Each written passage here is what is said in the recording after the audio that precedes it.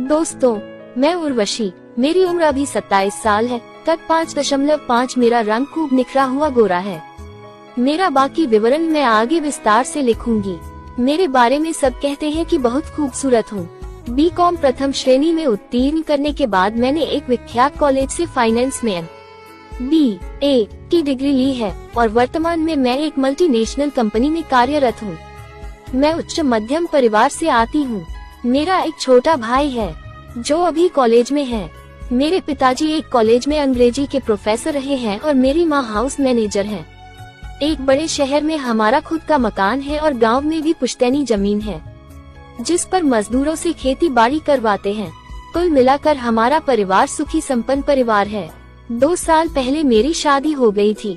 मेरे पति प्रथम एक सरकारी विभाग में अधिकारी वर्ग के उच्च पद पर आसीन हैं। आज मैं अपने निजी जीवन को जिस मजे से एंजॉय कर रही हूँ, मैंने अपने बारे में कभी खुद सपने में भी नहीं सोचा था कि मैं आगे जाकर ऐसी निकलूंगी या ऐसी बन जाऊंगी। कहानी को और विस्तार देने से पहले मैं अपने बारे में आप लोगों से कुछ और शेयर करना चाहूंगी। मेरे घर में मेरा लालन पालन बहुत ही संस्कारित और सनातन धार्मिक माहौल में हुआ। तीज त्योहार विधि विधान से मनाने और व्रत उपवास रखने का अभ्यास मुझे मेरी माँ ने बचपन से ही सिखाया है।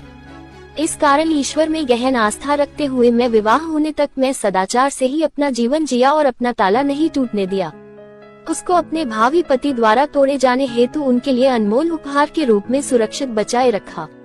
मैना ने यदि कभी मुझे ज्यादा तंग किया तो मैंने उसे उंगली से चुप कराकर जैसे तैसे समझा लिया, पर कभी भी दरवाजे के अंदर किसी को नहीं घुसाया। जब मैं स्कूल में थी और 16वां बसंत आते आते मेरे बागीचे में फल फूल तेजी से खिलना शुरू हो गया और मैं किशोरी बन गई। नींबू जैसे जो छोटे छोटे थे बढ़ने लगे थे और 1-8 साल बाद ही बड़े होकर संतरे हो गए थे। कुछ माह बाद मम्मी ने मुझे संतरों के लिए थैली ला कर दी और बोली कि संतरों को रोज इसी में बंद रखा करो। अब मैं कवच लगा कर स्कूल जाने लगी थी। फिर भी बागीचे के संतरे छुपाए नहीं छुपते थे और लड़कों की नजर वही पड़ने लगी थी। कई लड़के क्या बूढ़े भी तो बड़ी बेशर्मी से संतरों पर नजरें जमाए रहते जब तक मैं निकल नहीं जाती। ऐसे में मुझे बड़ी उलझन और शर्म महसूस होती थी, पर कर ही क्या सकती थी। 11वीं क्लास में आते आते मुझे मेरी थैली बड़ी करनी पड़ी क्योंकि संतरे तो हाइब्रिड थे, तेजी से बढ़ रहे थे और मेरे चेहरे पर मुहासे उगने लगे जो मुझे बहुत ही भद्दे लगते थे। वो मुहासे दूर करने के तमाम उपाय किए, बहुत सी दवाएं, लोशन, क्रीम सब की सब आजमा ली, पर कोई लाभ नहीं हुआ। मेरे मुहासे देखकर मेरी क्लासमेट्स मुझे छेड़ती कि उर्वशी अब सिलबट्टे पर चटनी पिसाई जरूरी है। जब तक तू चटनी नहीं पिसवाएगी ये मुहासे जाने वाले नहीं। उनके मुंह से सुन के मुझे बहुत शर्म आती और उन पर गुस्सा भी बहुत आता, पर मैंने किसी के मुंह लगना कभी ठीक नहीं समझा और उनकी ये बातें नजरअंदाज करती रहती और चुप बनी रहती। किंतु रात को मुझे नींद नहीं आती थी। संतरों से खेलने से कुछ राहत मिल जाती थी। इसके अलावा बगीचे का घोंसला मिट्टू के लिए मचल उठता तो मैं उसे इशारे से समझाती और जब तक वहाँ चैन ही नहीं आता था। जैसे कभी हमारे कान में खुजली मचती है तो हम बिना खुजलाए रह ही नहीं सकते, ठीक वैसा ही हाल था उन दिनों। एक बार की बात है, उन दिनों मैं 12वीं कक्षा में थी। जून का महीना था। 12वीं बोर्ड के एग्जाम हो चुके थे और रिजल्ट आने की प्रतीक्षा थी। मेरे सारे के सारे पेपर्स बहुत अच्छे हुए थे और मुझे पूरी उम्मीद थी कि मैं फर्स्ट डिवीजन पास हो जाऊंगी। अब पढ़ने लिखने के लिए तो कुछ था नहीं, तो मम्मी ने बोला छुट्टी है तो जाओ नाना नानी से मिलाओ जाकर। मैं भी खुशी खुशी तैयार हो गई। नाना जी का घर भी पास के शहर में ही था। मुझे पापा वहाँ छोड़ आए। वहाँ पर नाना नानी के अलावा एक मामा मामी और उनकी बेटी विनी मुझसे उम्र में बड़ी थी और BSc फर्स्ट ईयर में पढ़ती थी। विनी से जल्दी ही मेरी दोस्ती हो गई और हम दोनों साथ ही रहती, एक ही रूम में बेड पर साथ में सोती थी। विनी का कोई भाई बहन नहीं था। इकलौती होने के कारण वो सबकी लाडली थी और शायद बहुत गर्म भी। वो मुझे हमेशा छेड़ती रहती थी और हर समय खेलने की ही बातें करना पसंद करती थी। जैसे मेरे मंथली कब शुरू हुए थे, नाप क्या है, मेरा कोई बॉयफ्रेंड है या नहीं, मैंने कुछ किया या नहीं। उसके मुंह से डायरेक्ट वो शब्द सुनना मुझे बड़ा भद्दा और गंदा लगता था, पर मैं उसकी इन बातों का कोई जवाब नहीं देती थी। एक रात की बात है, उस दिन पहली बरसात हुई थी और मौसम बहुत ही अच्छा हो गया था। ठंडी हवाएं चल रही थी। गर्मी तो जैसे छूमंतर हो गई थी।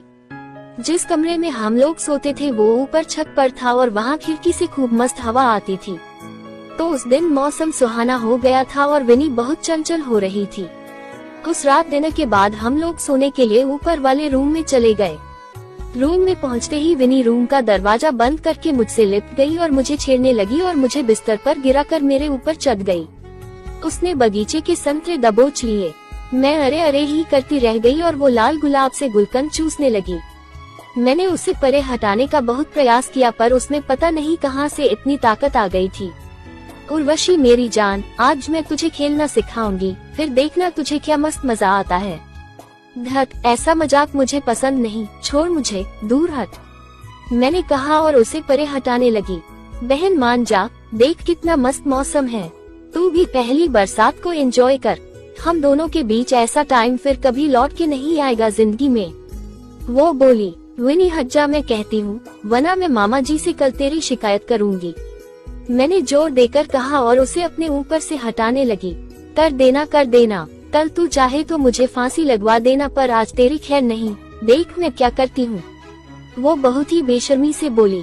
उसकी ऐसी गंदी बातें सुनकर मुझे बहुत शर्म और गुस्सा आ रहा था, पर मैं बहुत ही संयम से काम ले रही थी। अचानक उसने पर्दे में छुपी गरम जलेबी पर हाथ मार दिया और परेशान करने लगी। ऐसा करते ही पूरा तानपुरा झंझना गया और करंट की लहर दौड़ गई।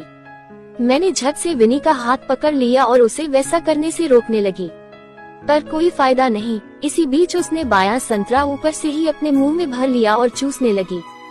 उसने अपनी ताकत दिखाते हुए संतरों पर हमला कर दिया और उनके साथ बोल समझकर खेलने लगी। अब तो यहाँ भी जलतरंग बजने लगी थी और मेरा दिल कर रहा था कि अब विनी झील में उतर जाए और अच्छे से चप्पू चलाकर नाव चलाए। वैसा अनुभव मेरे लिए एकदम नया था। उधर विनी मुझे लगातार झील में हलचल मचा रही थी और साथ में अनमोल मोती भी छेड़ रही थी। जल्दी ही झील का बांध टूट गया, बहुत पानी बहने लगा। अब मैंने खुद को विनी के हवाले कर सरेंडर कर दिया था। वो बहुत बेशर्म लड़की निकली। उसने अपनी सारी मनमानी कर डाली और मुझे भी सिखा दिया कि झील में लहरें कैसे उठती है। मुझे भी पहला अनुभव करा दिया था। उर्वशी मेरी जान, झील में नाव उतरवा ले और चप्पू चलवा ले, मजे लूट, यही तो उम्र है। तू चाहे तो कल मैं अपने बॉयफ्रेंड को बुला लेती हूँ और उद्घाटन करवा देती हूँ, विनी बोली और हाथ की सफाई दिखाने लगी। तभी जोर से बिजली चमकी और तेज गड़गड़ाहट के साथ घनघोर बारिश शुरू हो गई और इधर भी तूफान आ चुका था और नदियाँ सी बह गई। इस तरह वो सारी रात ऐसे मस्ती करती रही। आखिर में सुबह होने के कुछ ही पहले हम दोनों सो गए। अगले दिन बहुत सोच विचार कर मैंने तय किया कि विनी के साथ यहाँ मामा के घर में रहना मेरे लिए सुरक्षित नहीं है। अतः मैंने अपने पापा को फोन करके बुला लिया कि मुझे यहाँ अच्छा नहीं लग रहा है, आप आके ले जाओ। इस तरह मेरे पापा अगले रोज मुझे लेने आ गए और मैं उनके साथ अपने घर वापस आ गई। अब मेरी जिंदगी पहले की ही तरह फिर से चलने लगी। रोज रात को मैं अकेले खेलती और सो जाती। मेरा 12वीं का रिजल्ट आ चुका था और मैं फर्स्ट डिवीजन में पास हो गई और फिर कॉलेज में बीकॉम में एडमिशन ले लिया। कॉलेज की लाइफ कुछ अलग और बिंदास थी। यहाँ लड़के और प्रोफेसर सब के सब लड़कियों को प्यासी नजर से देखते थे। उनकी घूरती निगाहें मुझसे सहन नहीं होती थी और मैं घबरा कर नीचे देखते हुए निकल जाती थी। उन दिनों बगीचा भी खूब खिल गया था, संतरे और तरबूज खूब भर गए थे। मैं भी लोगों की घूरती नजरों का मतलब खूब अच्छी तरह से समझने लगी थी। देखकर लोग आहें भरते और मेरे और तरह तरह से गंदे इशारे करते, जिनका वो एक ही मतलब होता था। कॉलेज में मेरी कोई खास सहेली नहीं बन पाई, क्योंकि ज्यादातर लड़कियां हमेशा थुकाई पिटाई की ही बातें करती थी, जिससे मैं दूर भागती थी। कई लड़कियों के तो बॉयफ्रेंड्स भी थे जिनके साथ वो मैच खेलकर आनंदित होती रहती थी, जबकि मुझे इन बातों से अरुचि होती थी। अतः मेरी ट्यूनिंग किसी लड़की से कभी बन ही नहीं पाई, तो मैं अपनी पढ़ाई में ही मगन रहती थी। इस कारण मैंने ग्रेजुएशन भी बहुत ही अच्छे अंकों से पास कर लिया। ग्रेजुएशन करने के बाद मैंने देश के एक प्रतिष्ठित महिला कॉलेज में MBA फाइनेंस में प्रवेश ले लिया। इस कॉलेज में प्रवेश परीक्षा और फिर इंटरव्यू बहुत कठिन होते हैं, पर मैं इन सब में भी अपनी योग्यता के बल पर सफल होती हुई प्रवेश पा गई। इस कॉलेज में भी लगभग वैसा ही माहौल मिला जैसा पहले वाले कॉलेज में था। वही सब गंदी बातें कि किस लड़की का पीरियड चल रहा है, किसका कब होता है, कौन सा नैपकिन अच्छा होता है, कौन अपने बॉयफ्रेंड से किस आसन में योगा करवाना पसंद करती है इत्यादि। इस वाले कॉलेज में सबसे अच्छी बात ये हुई कि मेरी मौसी की लड़की रुचि को भी यही एडमिशन मिल गया था और हम दोनों कॉलेज के पास ही एक पीजी में रूम लेकर रहने लगी थी। रुचि का नेचर बहुत ही अच्छा मिलनसार था, पर वह भी चालू ही निकली और उसके बात करने का प्रिय विषय भी थुकाए पिटाई ही होता था। हम दोनों का आपसी व्यवहार रिश्तेदारी से अलग अंतर सहेलियों जैसा ही था। MBA मैंने बहुत ही अच्छे अंकों से पास कर लिया और फिर वापस घर आकर कंपटीशन की तैयारियां करने लगी। रुचि भी कंपटीशन की तैयारी करने अपने घर चली गई। मेरा सपना किसी प्रतिष्ठित बैंक में प्रोबेशनरी ऑफिसर बनना था। वो भी 1 साल के भीतर ही पूरा हो गया और मैं बैंक में PO बन गई। नौकरी लगते ही मेरे पापा ने मेरी शादी के प्रयास शुरू कर दिए और जल्दी ही मेरा विवाह नमन से हो गया, जो कि किसी सरकारी दफ्तर में अधिकारी की पोस्ट पर कार्यरत थे। मेरी शादी हो गई और सुहागरात भी आ गई, जिसका मुझे कई वर्षों से इंतजार था। मैंने अपना खजाना, अपनी प्रॉपर्टी की सील अपने पति के लिए ही बड़े जतन से बचा रखी थी और अब उसे उन्हें ही अर्पण करने की घड़ी आन पहुंची थी। शादी से 1 दिन पहले ही मैंने अपनी प्रॉपर्टी को सजा संवार लिया था। सारी घास साफ करके इसे एकदम चिकना मैदान बना दिया था। शीशे में पिच देखकर मैं मन ही यह सोच के लजा उठती कि इसी पिच पर मेरे पति ओपनिंग बैट्समैन की भूमिका में उतरेंगे और मैच की ओपनिंग करेगा। मुझे दर्द सहना पड़ेगा, हर बॉल पर 6 मारेंगे तो फिर मजा भी मिलेगा और नमन कितने खुश होंगे पहला शतक मारकर। मैच की बातों में मैं विस्तार से न जाकर मैं संक्षेप में ही कहूंगी कि जब कुछ देर पिच पर सेट होने के बाद नमन ने ताबड़तोड़ बल्लेबाजी की। मैदान में हर तरफ शॉट्स मारे, हर तरह के शॉट्स मारे और दोहरा शतक जड़ दिया। वो बिना आउट हुए लगातार बल्लेबाजी करता रहा। इस तरह मेरा प्रथम मैच हुआ। नमन बहुत खुश हुए और बोले कि वो कितने सौभाग्यशाली हैं कि उन्हें मुझ जैसी पत्नी प्राप्त हुई। उन्होंने मुझे कोरी करारी पिच रखने को धन्यवाद कहा और मुझसे वादा किया कि वो हमेशा सिर्फ मेरे ही बनकर रहेंगे। मैंने भी उनसे वादा किया कि मैं हमेशा उनकी ही थी और शेष जीवन भी उनकी ही रहूंगी, पर ऐसा हो न सका।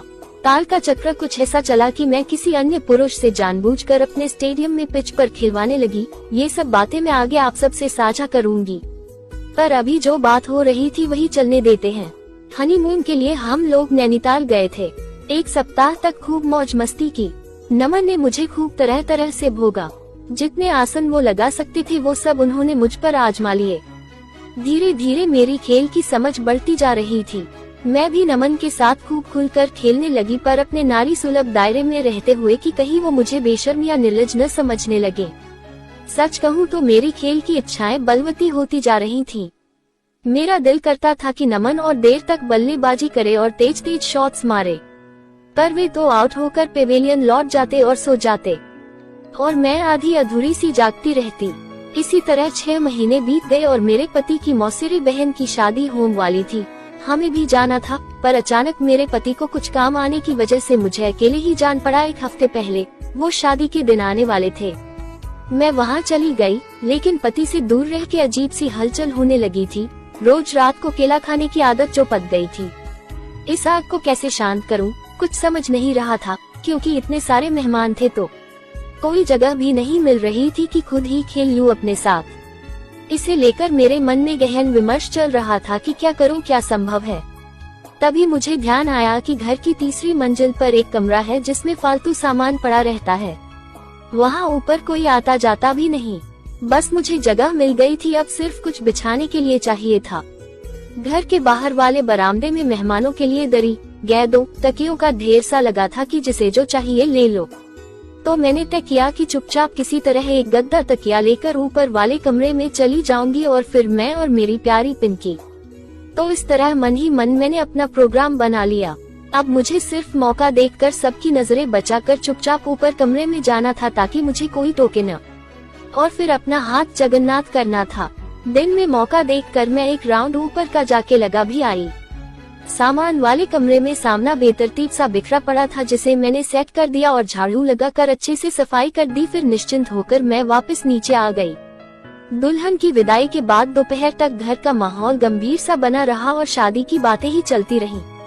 शाम होते होते सब पहले की तरह सामान्य हो गया।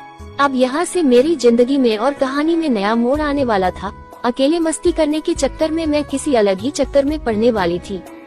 गई थी खुद से खेलने, लेकिन कोई आकर मुझे बचा गया। बहुत ही मजेदार वाक्य है दोस्तों, आपका रोम रोम रोमांचित हो जाएगा। दोस्तों आपको वो सब मैं कल बताऊंगी कहानी के अगले भाग में।